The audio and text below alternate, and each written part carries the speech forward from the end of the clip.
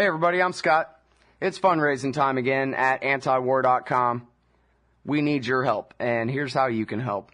Stop by antiwar.com/donate or call Angela Keaton, our development director, at 323-512-7095. That's 323-512-7095, or you can shoot her an email over to akeaton@antiwar.com.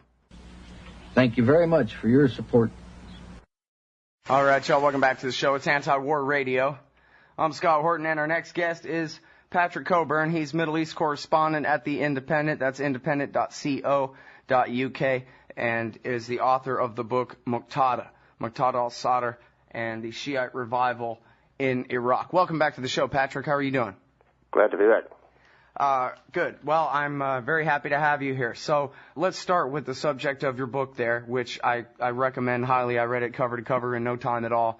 It's such an important book. Tell us about Muqtada al-Sadr and, who he is, how much authority he really has in Iraq and what he's up to these days, please. Well, he's sort of, today, the cliche about him is that he's the kingmaker of Iraq. He's the sort of the leader of the radical Shia. It's probably the only grassroots political movement in Iraq. Comes from a revered family who are sort of revered for religious reasons, but also for nationalist reasons. His father and his two brothers were assassinated by Saddam's gunmen in 1999. Many other relatives were killed by Saddam. So he's always had a core following, fairly fanatical following. He fought the U.S. Marines at Najaf in 2004. These days did well in the elections in March. Now, the reason he's a kingmaker is that there is no current elected government of Iraq, or at least the March elections, 6 months afterwards, we don't have a new government, in Iraq. This is... we still have the previous Prime Minister clinging on, refusing to give up. No coalition has been formed. And, so the situation is that the present government, is slowly sort of losing legitimacy because the election has happened and there's been no result. And also, I don't know, you may have heard today that at least 50 people have been killed in bomb attacks right across Iraq, presumably by al-Qaeda. And this is particularly devastating and significant, but it isn't just attacks concentrated, in high-profile attacks in the middle of Baghdad. This is right down in Basra in the south, right up in Mosul in the north. It's not just in Sunni areas or close to Sunni areas, it's in Shia areas. So, unfortunately, what this seems to prove is that the belief that al-Qaeda was sort of on its last legs, able to pool its resources and put in a few attacks, but nothing more, just appears to be untrue. This must have taken a lot of organization. There have been at least 13 cities or towns hit over the last 12 hours. So it shows they're still in business.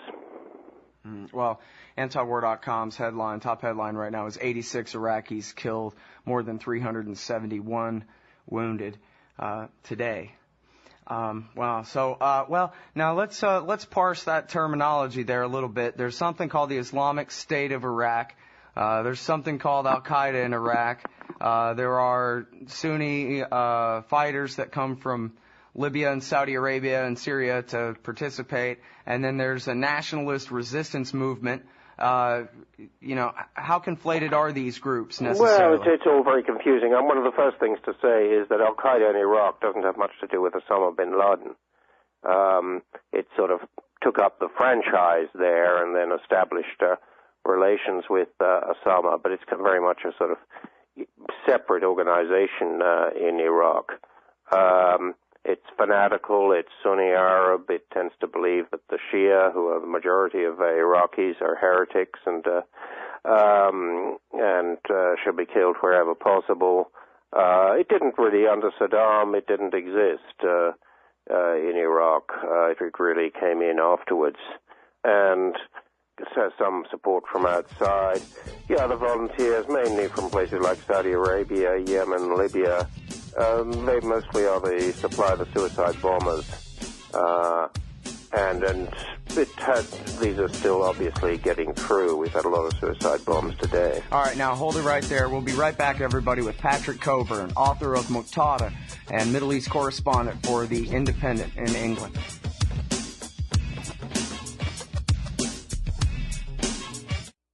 You can put the Liberty Radio Network on the air in your area. Visit broadcast.lrn.fm to learn how. Broadcast.lrn.fm.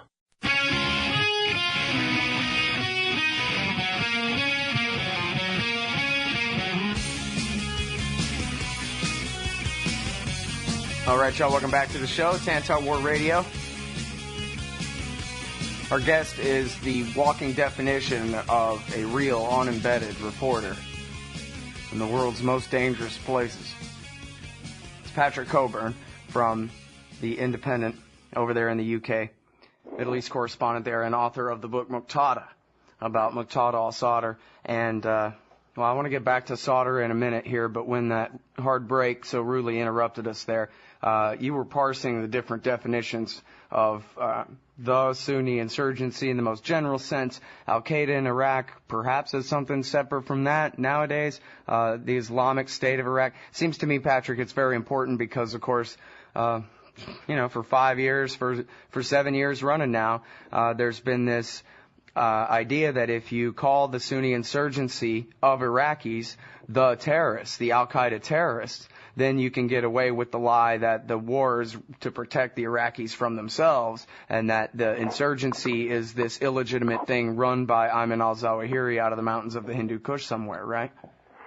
Yeah, I mean, the insurgency, you had a sort of nationalist insurgency, you had a religious insurgency, this all touched off a sectarian war in Iraq, which it'll take a very long time for Iraq to recover from this. It's still a sort of incredibly divided place. And, it's been extraordinary the way the international media has sort of abandoned Iraq as if this place had returned to peace. Well, it still has extraordinary levels of violence. Maybe Somalia and Mogadishu are worse. But, I've been in Kabul, and Baghdad is still worse than Kabul. It's still one of the more dangerous places in the world. Are we getting back to the point where the government of Iraq is simply the government of the Green Zone? No. The government is pretty powerful. There's a large army, hundreds of thousands of men. They kind of control it, the country in one way, but have they reestablished security? No, they haven't. Despite all these, hundreds of tens of thousands of troops and police everywhere in Baghdad. So they have, in one sense, a lot of authority, but they haven't been able to bring the violence down to a level which in most countries would be considered normal. Mm-hmm. Well, so, a big part of this, you talk about it's really been terribly violent, bomb attacks all the time. Anybody can look at antiwar.com/updates, and we keep track on a daily basis of all the violence there. But it does seem like it's getting worse, as you say, and it's part of it is this political crisis, right? Because the Sons of Iraq were never really integrated into the government. The awakening's beginning to fall apart. There's a complete impasse in the parliament, and even the natural alliance, the obvious alliance, at least from the outside point of view, between Muqtada al-Sadr's Iraqi National Alliance and Nuri al-Maliki's party. I forget the name of it. But that alliance isn't working out. And so the whole thing, nobody has a plurality enough or can't put together a majority vote in the parliament. So everything is in this kind of limbo, which just means, I guess, that different armed factions end up filling the vacuum of inaction in a way. Sure, yeah. First of all, because the violence never stopped, it was always rather strange to hear the surge being lauded as, a great victory. Really, it was something of a PR stunt, I think, so the U.S. withdrawal could take place under the banner and presented as a sort of victory. But one can see today that, with I think the numbers of you cited are greater than the ones I cited, but 80 people dead. This is nothing is really resolved. and that's becoming sort of all the more clear. But I think it's becoming, or Iraq is also quite, it's probably a bit like Somalia, that it gets more and more violent, but it gets less and less covered by anybody. Mm-hmm. Yeah, indeed.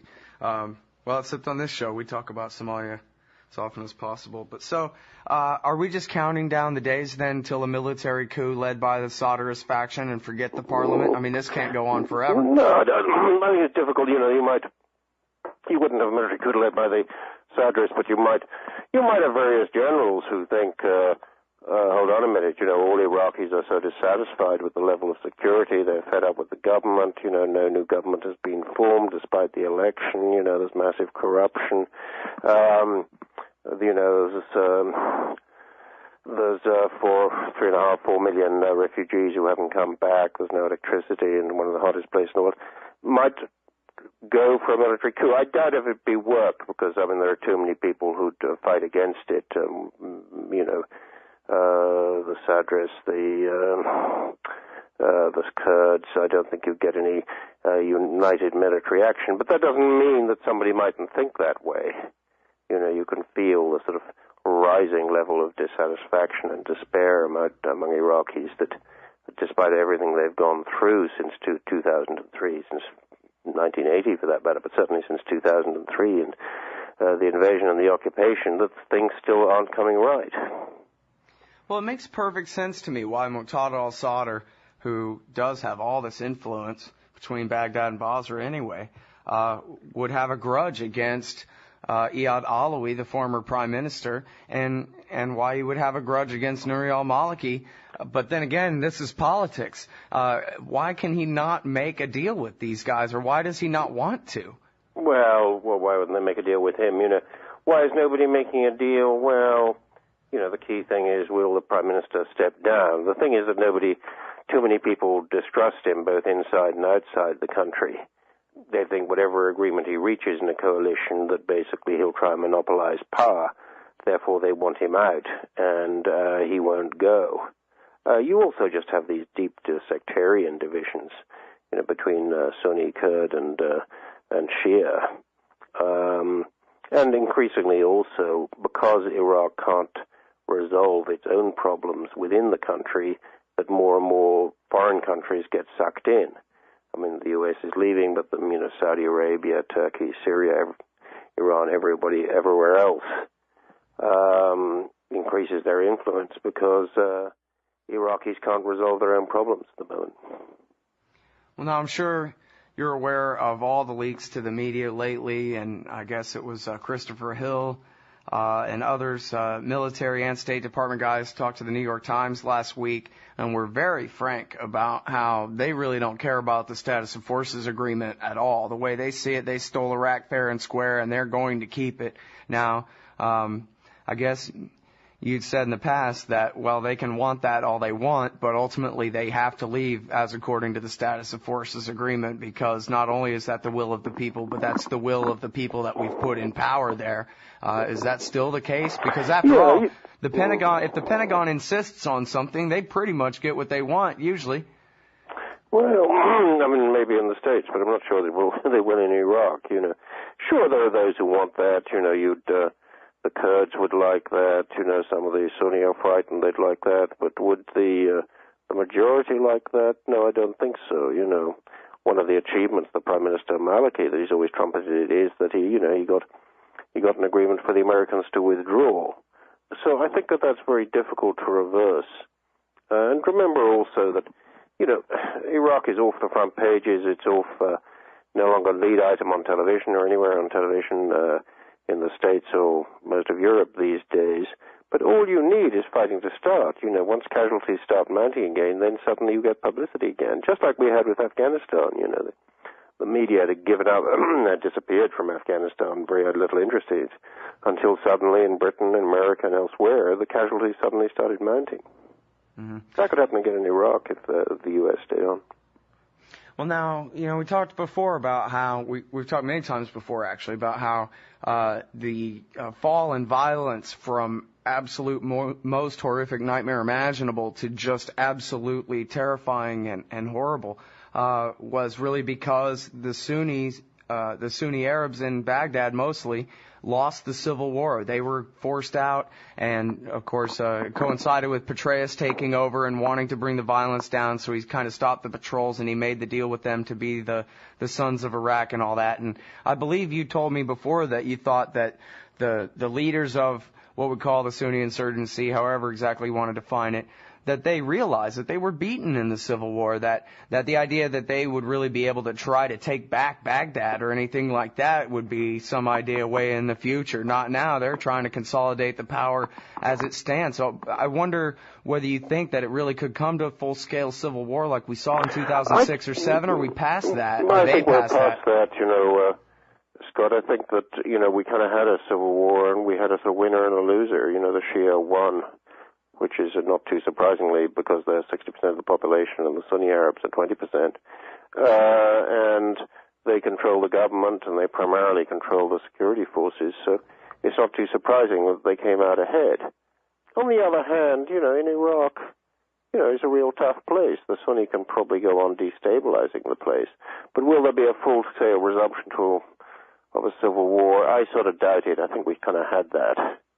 I know a lot of people may not have noticed we had it because Bush and Tony Blair spent a lot of time denying there was a civil war and shutting up Iraqi politicians who said, of course we got a civil war, but 24 hours later the U.S. Embassy had got them to recant. All right, well, I'm sorry, I've already kept you over into the commercial break time here, actually, and I got to go and get my next guest on the show, but I hope we can do this again soon, Patrick. I really appreciate your time. Anytime. Thank you. Everybody, that's Patrick Cockburn from The Independent. That's independent.co.uk. The book is Muqtada. I recommend that you read it.